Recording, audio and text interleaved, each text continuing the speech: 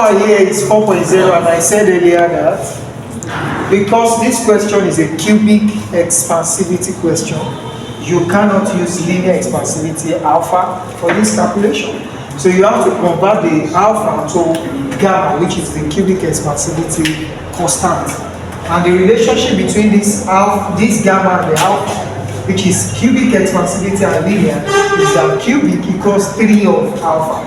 So we have to multiply this alpha by 3. And that's 3 times 4 gives us 12 times 10 to the minus 5, which is approximately is equal to change in V over V1 dt. Alright? And our change in V means V2 minus V1 over V1 change in T. So the parameters we're given, of course, we've determined our volume from here. So we have V1, we are asked to find V2, and we have T1 and T2. So let's solve. So gamma equals to V2 minus V1 over V1 dt.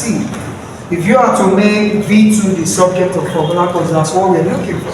So you cross multiply, and then you have V2 minus V1 equal to gamma V1 dt, which is also the same as theta, or change in temperature. For us to make V2 stand alone, this minus V1 crosses the bridge and becomes plus V1. So your V2 is going to be V1 plus V1 gamma dt. So I just rearrange this as V1 gamma dt. So I can factorize this. If I factorize this, I have V2 equals to V1 into bracket 1 plus gamma dt. Alright, so I can use this formula to solve for my V2. So let's key in the parameters given using that formula, and we get the answer to the question.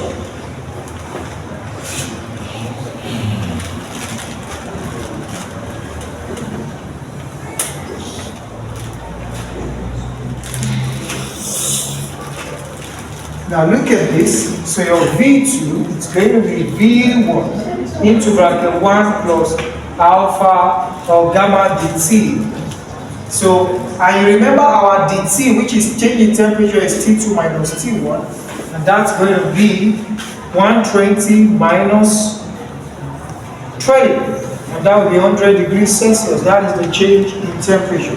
So our V2 is going to be V1. What is V1? 125 into bracket 1 plus our gamma is what?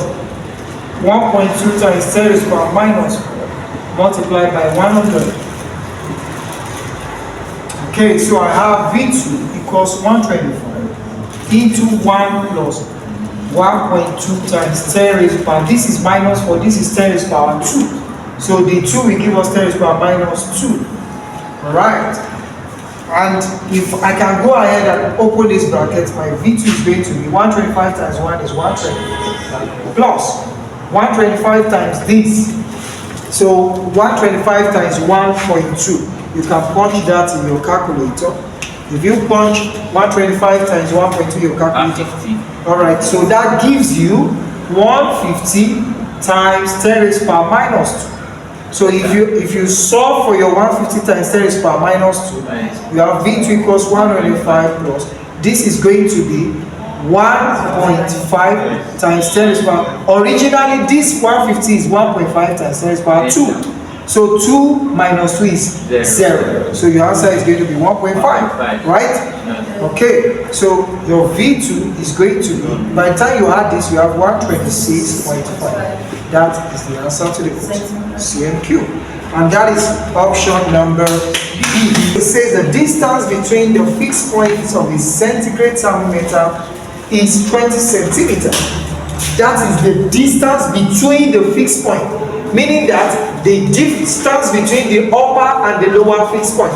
So I can have something like this. I have something like this. So if this is my upper fixed point, this is my lower fixed point. The distance between them is 20 centimeters. So, what is the temperature when the mercury level is 4.5 centimeters? So that means my reading is 4.5 centimeters. So how can you answer this question?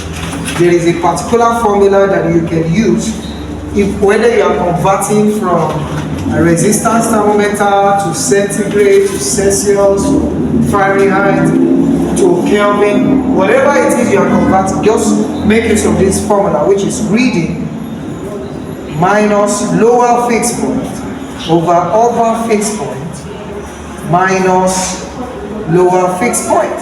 So you just use this formula. If you are converting from degrees Celsius to centimeters, you use this formula in degrees Celsius equal to this same formula in resistance or in centimeters, as the case may be. I have done a video on thermometry, so you can check and you can see the description in the video, or sorry, in the description below you see the link.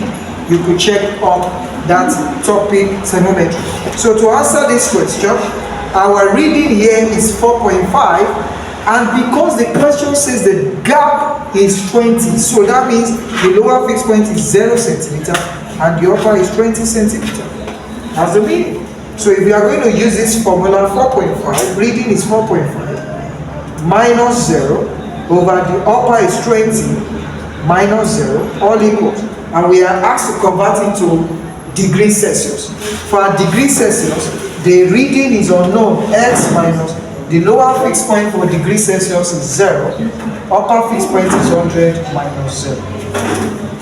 So by the time we slot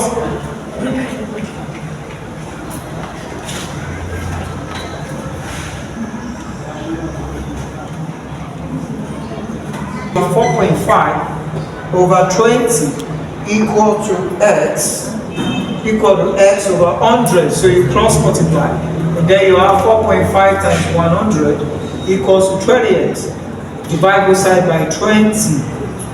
So your x is going to be 4.5 times 100 over 20. This cancels this, alright? So 4.5 times 10 will be 45, so my x will be 45 over 2, and that will be 22.5 degrees Celsius. And so the answer to the question is E, which is 22.5 degrees Celsius. I want to believe you got that correctly. Now I'm going to leave you with this question to be sure that you understand this last formula that I spoke about. I'm going to give you this question. You are asked to convert 25 degrees Celsius to Fahrenheit scale. Now, how do you convert 25 degrees Celsius to degree Fahrenheit? Okay? So to convert to degree Fahrenheit, all I will just do, I will give you the upper fixed point and the lower fixed point, and I will expect you to answer this question and drop your answer in the comment section. Now, this for your Fahrenheit scale, the lower fixed point is 32 degrees Celsius, and the upper fixed point is 212 degrees Celsius. So the distance between the two is actually 180 degrees. Sorry, did I write Celsius? Not Celsius, it's Fahrenheit. So this Fahrenheit scale, degree Fahrenheit, degree Fahrenheit. So the difference between the two should be 180. 180 plus 32, this is 211, 12. So that is perfectly correct. So your lower fixed point for Fahrenheit scale is 32 degrees Fahrenheit. The upper fixed point is 212 degrees Fahrenheit. But you were asked to convert 25 degrees Celsius to Fahrenheit scale. So what are you going to do? You need the lower fixed point of Celsius and the upper fixed point. And the lower fixed point for Celsius is 0 degrees Celsius, and the upper fixed point, which is also the steam point or the boiling point, is 100 degrees Celsius. So make use of those parameters, do this conversion, and drop your answers in the comment section. Thank you very much. See you in the next class.